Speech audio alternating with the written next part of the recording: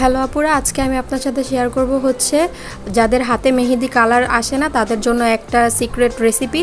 তো এই মেহেদিটার কালার আসার জন্য এটা ইউজ করতে পারেন। এটা হচ্ছে আপনাদের নর্মাল যে লেবুর রসটা আছে সেটার সাথে হচ্ছে একটু সুগার অ্যাড করবেন। পরিমাণটা হচ্ছে আপনারা 2 চামচ যদি লেমন জুসটা নেন আর 2 চামচ হচ্ছে সুগার নেবেন। তারপরে সেটা সুন্দর করে মিক্সড করে তারপর হচ্ছে কিভাবে অ্যাপ্লাই করবেন সেটা আমি আস্তে আস্তে দেখিয়ে দিব। তো এর ফাঁকে যদি আমার চ্যানেলটাকে আপনারা সাবস্ক্রাইব করে না থাকেন তাহলে অবশ্যই আমার চ্যানেলটাকে সাবস্ক্রাইব করে দেন আর আমার একটা ভিডিওতে লাইক দিতে ভুলবেন না।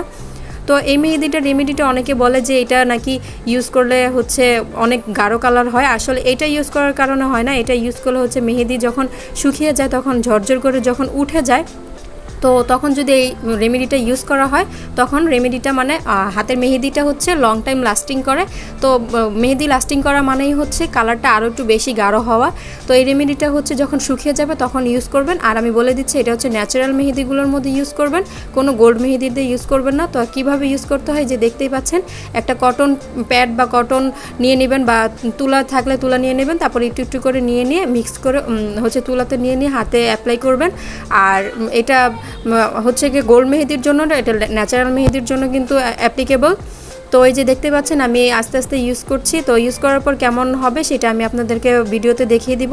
আর ইউজ করার পর হচ্ছে 5 থেকে 6 ঘন্টা আপনারা রেখে দিবেন। রেখে দেওয়ার পর দেখবেন অনেক সুন্দর একটা কালার আসছে। কারণ যেহেতু মেহেদিটা ঝরঝরে পড়ে যায় তো কালারটা কিন্তু বেশিক্ষণ লং লাস্টিং করতে চায় না। তো এটা দিলে কিন্তু মেহেদিটা অনেকক্ষণ থাকে এবং কালারটাও পারফেক্টলি আসে। তো আমি পুরোটা হাতেই অ্যাপ্লাই করে নিচ্ছি। এর ফাঁকে কিন্তু আমি আবারও বলে নিচ্ছি আপনারা অবশ্যই আমার চ্যানেলটাকে সাবস্ক্রাইব করে রাখবেন এবং আমার চ্যানেলে কিন্তু আরও অনেক ভিডিও আছে, আপনারা দেখতে ভুলবেন না। তো এই যে দেখতে পাচ্ছেন আমি হাতে অ্যাপ্লাই করে ফেলেছি, আপনারা এইভাবে অ্যাপ্লাই করে ফেলবেন। তো আজকের মতো আল্লাহ হাফেজ আপুরা, সবাই ভালো থাকবেন, সুস্থ থাকবেন। আর আমি একটা পিকচার অ্যাড করে দিব, আপনার পিকচারের মাধ্যমে দেখে নিতে পারবেন যে কালারটা কেমন আসে। তো এই যেই দেখতে পাচ্ছেন এটা হচ্ছে প্রথমে কালার, তারপরে হচ্ছে যে কালারটা আসবে এই যে এরকম একটা কালার আসবে। তো আজকের মতো আল্লাহ হাফেজ।